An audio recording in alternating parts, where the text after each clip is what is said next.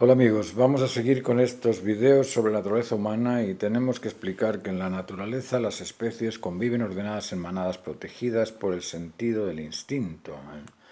El instinto es como ese sentido común físico para el bien común físico también. Además del instinto, el ser humano, por lo que observo, comprende aspectos psicológicos, comparte sentimientos a distancia, dispone de inteligencia, imagina ideas para construir y dispone de dominio sobre su actitud, sobre su conocimiento y sobre sus instintos. Es decir, se observa en él una naturaleza en una dimensión distinta a la dimensión física. Todo esto es parte de la diversidad, pero recuerden que la diversidad es solamente una. En la naturaleza, cada miembro de la especie se debe y se entrega al beneficio de dicha especie. Todas las especies crecen, se reproducen y ejercen el dominio sobre sus facultades y sobre sus habilidades también. Las partículas se ofrecen o se entregan para formar átomos, los átomos forman moléculas, las moléculas forman tejidos o sustancias, los tejidos forman vegetales, los vegetales se entregan a los insectos los polinizan y los insectos se entregan a los peces también, a las aves, a los animales, y todos ellos sirven a la naturaleza humana para el desarrollo de sus capacidades y de sus habilidades también. ¿Y la especie humana? ¿A quién sirve? ¿A quién sirve la especie humana? Bueno, la especie humana se debe a su naturaleza, ante todo. ¿Y cómo entregarse a una naturaleza que se ignora o que se desconoce? Lo primero que tiene que hacer el ser humano es descubrirla. Y esa responsabilidad no es mía, es de cada uno de nosotros, de todos. Cada uno tiene, por ser autónomo, tiene esa obligación de descubrir su naturaleza. Y se descubre analizándola. Y para analizarla es necesario interesarse en comprenderla. Uno tiene que tener mucho interés en comprender la naturaleza humana. ¿Sabían ustedes que nuestro cuerpo oscila vivo? Esto para comprender que la naturaleza también tiene unos procesos aritméticos, una serie de elementos repetitivos en base a números que es curioso de observar.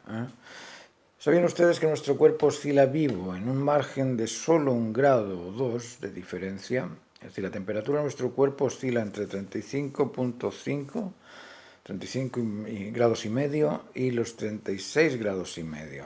1 grado más, 37 grados y medio, ya estaríamos con fiebre.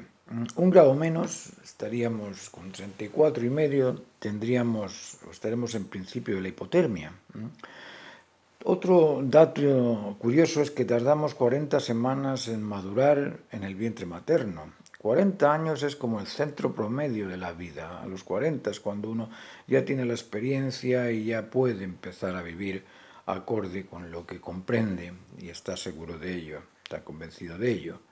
Y trabajamos también en promedio, cualquier oficinista, cualquier empleado trabaja en promedio 40 años, es decir, desde los 20 hasta los 60. La temperatura ambiente que podemos soportar no puede superar los 40 grados. El nivel de sonido aceptable es de 40 decibelios. La circunferencia terrestre, por ejemplo, tiene 40.000 kilómetros y si queremos salir de la Tierra es necesario viajar en un cohete a una velocidad de 40.000 kilómetros por hora. A eso se le conoce como la velocidad de escape de la gravedad. ¿Y por qué tanto 40? ¿No resulta esto curioso de estudiar? No sé si conocen ustedes la proporción áurea. Cuando me la enseñaron era joven y cuando me la enseñaron en clase comencé a creer que tras la diversidad existía un aspecto inmanente e invariable de las proporciones, sobre todo aquellas que buscan la armonía o aquellas que están en un orden. La proporción áurea es una relación de proporciones armónicas, constantes, asimétricas que existe en una inmensa cantidad de especies naturales, curiosamente. El mundo, el universo, la naturaleza, aparece ante nosotros como un cúmulo infinito de variedad y como les dije antes, la diversidad es solo una. Debemos de comprender de que en la naturaleza sí existe la diversidad, pero existen también aspectos inmutables y esa es una. La diversidad es solo una, en eso es inmutable. Lo importante es encontrar esos aspectos constantes existentes en todo lo observado. La verdad es siempre aquella razón constante e inmanente que justifica la necesidad de una existencia.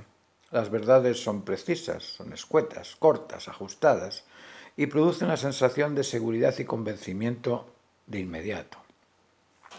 Esa razón escueta es la que debemos descubrir. La naturaleza es todo, incluye todo, no hay nada anterior o posterior a la naturaleza, ni nada más allá de ella. Esas cosas paranormales, esas cosas que no comprendemos, existen dentro de la naturaleza.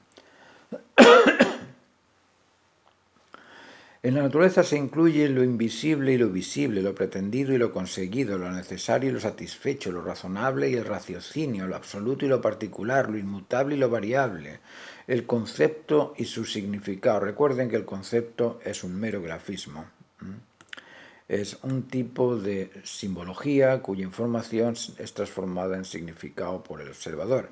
Por el observador, no por el concepto. Es decir, no existen conceptos paternalistas o conceptos maternalistas.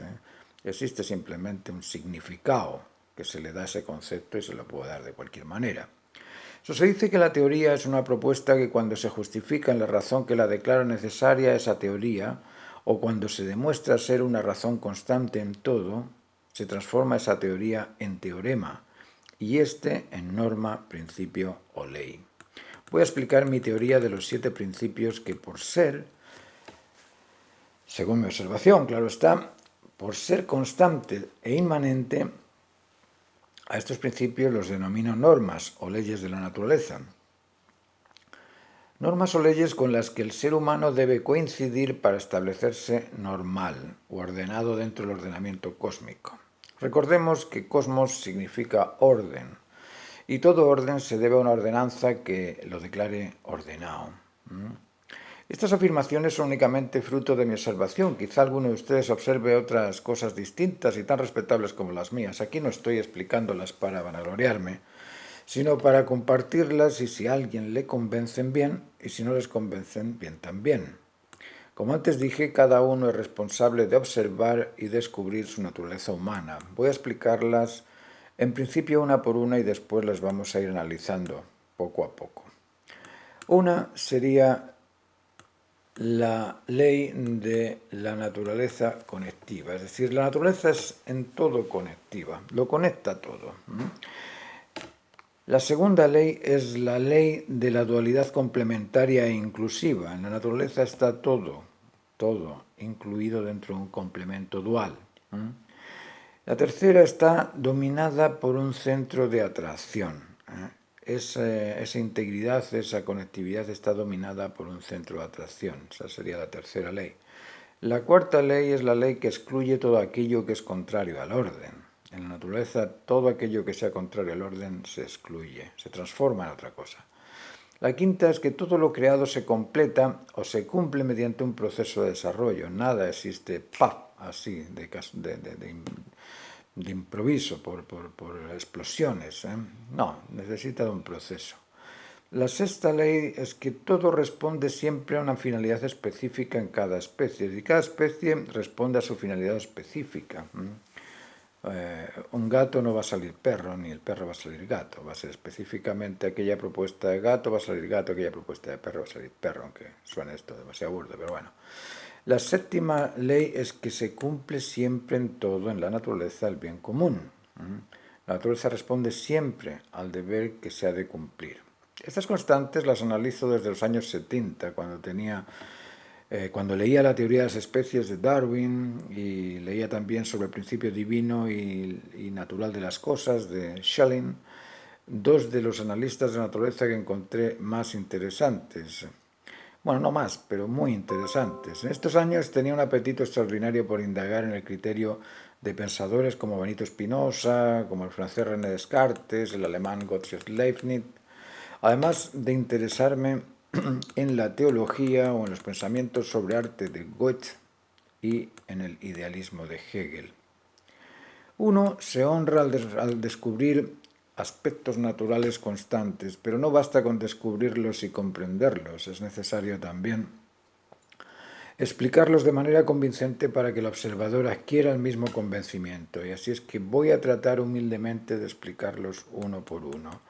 Existe el convencimiento compartido de que toda causa es a su efecto, así como éste existe contenido en su causal originario. Todo lo originado es producto resultante de un origen.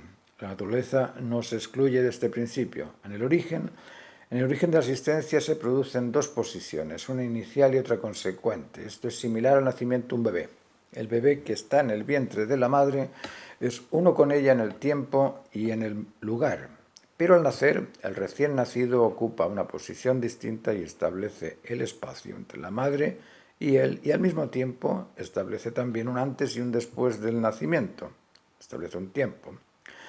Tiempo y espacio se establecen en todo proceso, pero tiempo y espacio existen conectados entre sí en el proceso y conectados en su origen y destino. Por eso medimos nuestra edad desde el nacimiento, que es la conexión con el origen, y la medimos desde el nacimiento hasta el presente. Toda existencia existe inserta en un momento y lugar, participando de la observación que la declara. Sin tiempo y sin espacio es imposible existir. Y sin observador que declare la existencia de ese tiempo y de ese espacio, no sería apreciado por nadie. O lo que es igual, esa existencia sería ignorada por todos y carecería de valor. ¿Para qué nos sirve aquello que se ignora? Pues para nada, absolutamente para nada. Las cosas que nosotros valoramos son aquellas que conocemos y que en algunos casos comprendemos. Voy a ir explicando cada una de estas leyes. Vamos a empezar por la ley de la conectividad y una por una las voy a ir desglosando. Pero en este momento se me está acabando el tiempo del celular. Ese es mi hándicap. Yo siempre juego con ese dilema, que solo puedo hacer 10 o 12 minutos de charla porque se me acaba la batería y tengo que renovarla de nuevo. Así es que les espero en el próximo video. Si les gusta este tema, como les digo, pónganme like, apúntense, suscríbanse al canal y compártanlo también con sus hijos, con su familia, con su gente, porque estas cosas de la creación son muy, muy interesantes. Ojalá puedan en algún momento asistir a algún seminario fin de semana y tenemos así la oportunidad de compartirlo verbalmente, porque a través de este medio resulta muy difícil tocar los temas y analizarlos en profundidad. Pero bueno, nos vemos en el próximo video. Muchas gracias.